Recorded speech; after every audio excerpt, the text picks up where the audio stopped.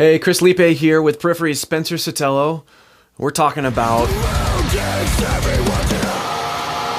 It's a gear discussion. Everybody always likes gear discussions.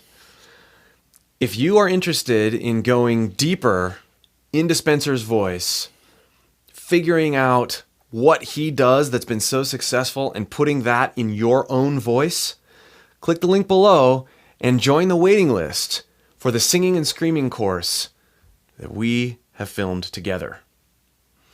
All right, mics. Microphones. What's your favorite in the studio? So in the studio, there have been a few that I've used throughout my career. One of those happened to be the Sony C800G. Mm-hmm. One happens to be the like an older Manley reference cardioid, which is what we've been using for this course, Right. and which I've used over the past couple records. Vintage Neumann U87. And one that I started using recently at Taylor Larson's studio is the Telefunken 251. Hopefully I can own one of those soon. That's a beast of a microphone. So I've had several people on the channel ask, why didn't you bring the Sony? That's not mine. That's Taylor's. Okay. Yeah, but Okay. that microphone sounds amazing. I actually used that on Reptile on P4. That Oh, was okay. done with the Sony. So if you had to choose between the Manley that you brought with you and the Sony... I actually like the way screams sound better through the Manley. Okay. There's a bit more of this like upper mid-range presence. and I this, noticed that too, yeah. Grindy sound that you get from it. The Sony sounds a lot smoother, but it also has a little bit more beefy low end too. What's your signal chain in general look like after you've gotten your mic? I always like to go through some sort of Neve style preamp. Right now I'm using Brent Averill 1073, and I also have a Chandler TG2 Abbey Road edition that has the curve bender EQ on it. Nice. Sounds great for pop vocals. Nice. And then from there, I like to take a nice 1176 style compressor or an actual 1176, Yeah. and cut off some of like the harsh peaks with that, and you can actually run in and have a hotter signal, Right. a healthier signal in the box to work with. Right. So what you're everything that you just said, that's real outboard gear before you hit the DAW. Yeah. So you're doing a lot of dynamics processing. In addition to having a good mic, you're hitting it with three things Yeah. before we get to the DAW. And I'm not just kissing that thing. I'm hitting it -7 dB on nice. the way in. Right. You know? Right.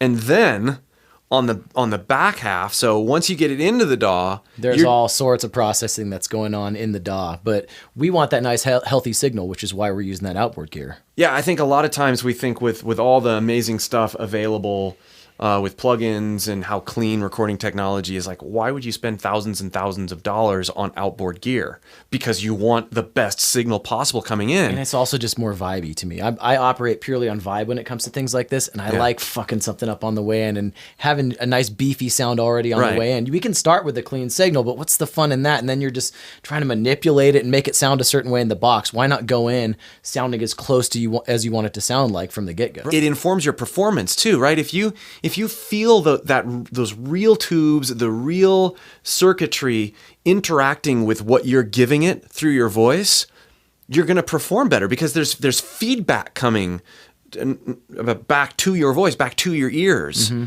You're You can't- interacting with that Right. analog gear, and you're hearing it as you're performing your part. You can't quite do that even if you're running plugins in advance. It's a different vibe somehow. Absolutely is, yeah. What about live? In-ears, mics? So right now for in-ears, I love my 64s. I have the 6Ts. Okay. The 64 ears, 6Ts. A6Ts, I think is what they're called. I love them. Been using those for the last 2 years. Custom mold? Yeah, and God, I went almost 10 years with just using like Shure 215s or 315s. And I was like, oh, this is all I need. I don't need to spend any more money. I demoed some without the molds of the 6Ts and was just like, oh, yep, sign me up right now. Let's do my molds, get me going. And by like a week later, I had them, and it was just like the biggest difference in the world of hearing everything that's going on, not just myself. Right. Hearing the bass, hearing the drums, hearing the guitars, like separated, and being able to just really hone in on what's going on So live. you're not pulling out ears anymore? I do every now and then, and I'd like to have the wedges on stage. I like to vibe out. If I'm doing like a crazy scream or something, Right. and I really want to feel that emotion, I'll pull one ear out, or if I want to go over by Matt and like really hear what he's doing on his drums, I'll pull an ear out and like rock out with him. Yeah. But for the majority of the time, I have both of them in, and I'm really honing in on what I'm doing. Yeah, and I'll bet having that accessibility and those options really helps you not push more than you Oh yeah, being able to hear yourself clear, you're going to be able to control your technique a bit more. You're not pushing, you're not fighting against anything. Yeah. And as far as live mics go, I've never really had a favorite. I've always kind of gone off the recommendation of what our sound engineer live wants me to be using. At that point, it's not about, I'm not getting the live sound. So whatever the engineer prefers, I want him to have that to work with. And you use dynamic mics mainly live. Dynamic mics live, yeah. I've never, I think I may have used like a Shure condenser mic at some point. But right now I think I'm just using like it's some kind of wireless. It's some kind of like Shure wireless, I think is what we're using. Yeah.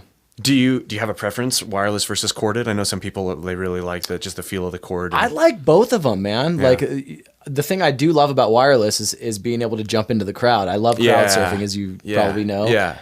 With a corded mic, that can get messed up. If you jump into a crowd and somebody maybe accidentally pulls the cord as you're out there, you're fucked. You're done. Yeah, you're done. Yeah. So live and in the studio, we'll start with live.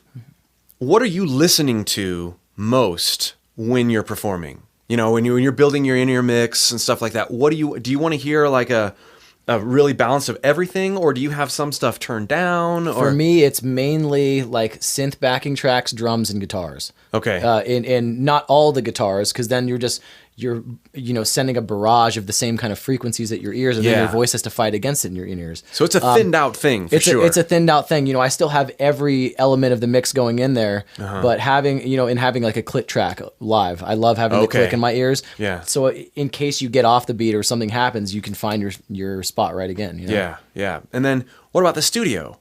I know, people have all sorts of different opinions about this. I'm someone who likes to hear a semi-finished mix of the whole song. Absolutely. I'm the same way. I've always operated that way. And recording in the studio with click versus without click, like do you avoid that if you can as a vocalist? Sometimes it just depends on the part in the song. You know, there's some songs that have a little bit more space in between everything and more open. And for that, I like to have click, so I know exactly where I'm dancing in between beats and where the downs are and everything like that. Yeah. But when you have something a little more high intensity, a lot more rhythms being hit, a lot more notes being hit, it's kind of easier to stay on rhythm for that. And for that, something like that, I wouldn't have a click. Thanks so much for coming out and spending the week with me. I've had a blast. Dude, likewise. Thank you for having me. And the reason he's been here for a week is because we've been working on courses. We've got a singing and screaming course that we've done together, unpacking what he does and why it works so well, and a vocal production course. It's not enough just to sing and sound good coming out of your face. There's so many things that happen afterwards. If you'd like to join the waiting list so that you're one of the first to be able to get in on these courses, click the link below and sign up. We'll send you information as soon as these courses become available.